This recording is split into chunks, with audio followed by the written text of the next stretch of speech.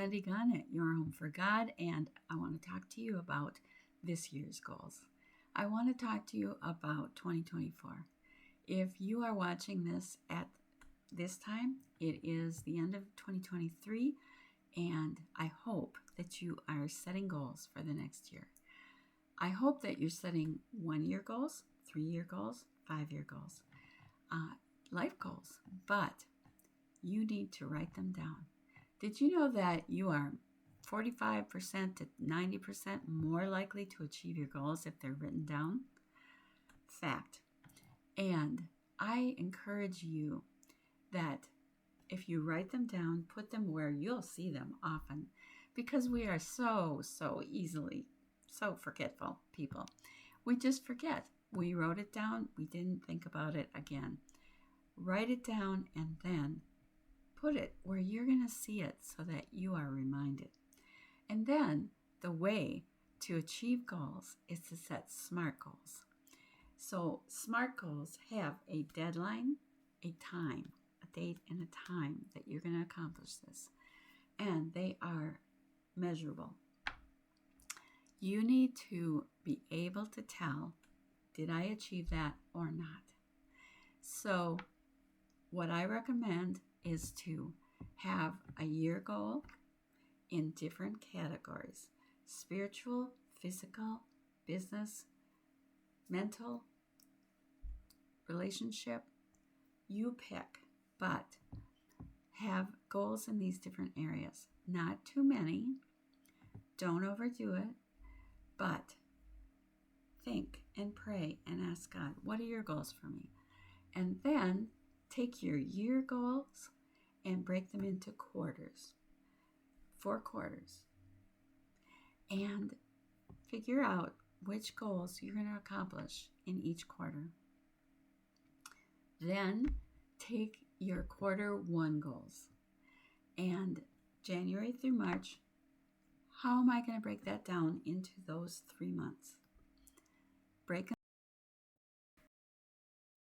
and then go and break them down into the 4 weeks. And then these are still pretty high level.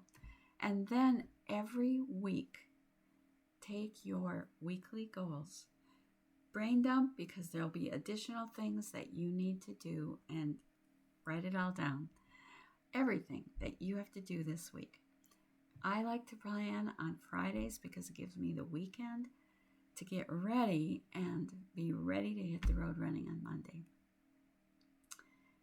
Do your brain dump of everything that you need to get done this week, and then put an A, B, or C next to it so that you know what's my A list. My A list are the most important. A list are, this is actually going to make a difference at the end of my life. And for me, as a business person, propel my business forward. These are going to actually, they're not busy work necessarily. These are going to actually make a difference in my bottom line and grow my business. B list items are things that oftentimes they are the appointments. What meetings do I have to attend? Do I have appointments? Do I have to get my family to different places? Be at different places? Those are B list. And the more that you can reduce your B list, the better. But there's always things that you have to do. But think about it. Are there things that you don't have to do, that you could delegate, or you could watch the replay instead of being there live? Only do what you have to on the B list, because those are the things that tend to keep you super busy, and they don't end up moving you forward on the most important things and the eternal things. So do the A list first, but only have 3 or 4, if you can possibly help it, on the A list. And then pick one of those things that is the most important to do this week. The B list is going to be have a few more things on it. It just tends to be that way, but again, see if there are ways to reduce that. Be really, really intentional about saying no, or saying, when do I need to get back to you? When do you need an answer? Let me think about that. And more often than not, say no. And only say yes to those things that are your purpose, your intention, your life, your who you are and what you're supposed to be doing, and that are going to be eternally important, not urgent. B-list things tend to be urgent, and they are very loud. A-list things sit back and they are quieter, but you need to do them. You want to hear, well done, good and faithful servant, at the end of your life. So A-list first, B-list second. And then C-list are the things you want to do if you have time. You want to do these different things, and you can if you prioritize. So you've put the ABCs, now put them onto a list where you list at the top your A list. Next, you list your B list for the week, and last, your C list. And then you can check off the things. They're listed, organized, and you've got your week. But what's next? Now you have to put them onto a calendar. If you don't have a calendar, get one. This is the time to start that routine and habit. Have a calendar.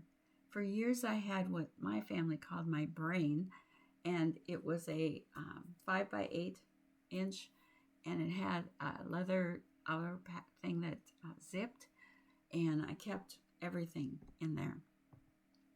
Now I have a couple of different things, but you need to have a yearly calendar, a month at a glance. This is my recommendation, a month at a glance, so that you can put all the important things that you don't overlap on.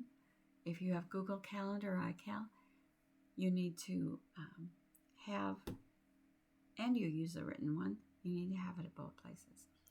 And then you put a weekly calendar and write out time blocks. Time blocking has saved my life, basically. And you block out times where you're going to do the different things that you have said, and go with I prefer to use the plan where if I have meetings and things that I've already said I'm going to be there, I put those in. Appointments, places I have to be, I put those in. And include travel time if you have to go somewhere. And then I have a morning routine. Do you have a morning routine? I really encourage you to have a morning routine and an evening routine, and I have provided checklists for you to use with that. I have a very, very distinct and regulated morning routine. And so that goes in the first top part of my week, and then I can just draw an arrow across because it's the same. And then, what's the next thing? Here are where habits you can put in are so important, and routines. If you want to add something, add it at the end of your morning routine, or make a morning routine. And then, for instance, as a businesswoman, as I said online, I have a block of time that's my communication time, my work time, my creation time. If I'm creating videos, if I'm creating courses or writing emails, I set a block of time. And then I have a block of time for making supper and eating supper. That gives me time to prepare it, to know, and you can put what you're planning to eat. Have a plan. Here's the key with time blocking. It doesn't have to exactly follow the plan. With time blocking, you can switch blocks of time. If I have 2 hour block of time here on Tuesday for maybe it's creating videos like I am right now. But something comes up that I want to do, and someone asks me, are you free? I can take that block of time and move it, and you need to include free times in so that there's space around what you have to accomplish so that you can say yes, and you can take a block of time from Thursday or Friday or whenever and move it in over here on Tuesday. You're still going to get those videos done in the week. Make sure you have margin around, that's the white space on the piece of paper around the words. You need margin. Your body will take and force you to take margin if you don't plan it, because you cannot push every second of every day. So plan plenty of margin around the times of work, around the times of making supper. Plan for it to take longer than you thought. Plan for interruptions so that you don't flip out, get angry, frustrated when somebody unexpectedly drops by or calls you, or your husband needs something, or your children need you. Plan margin around what you plan to accomplish so that you can get it all done. That's my tip for you to plan this next year for success.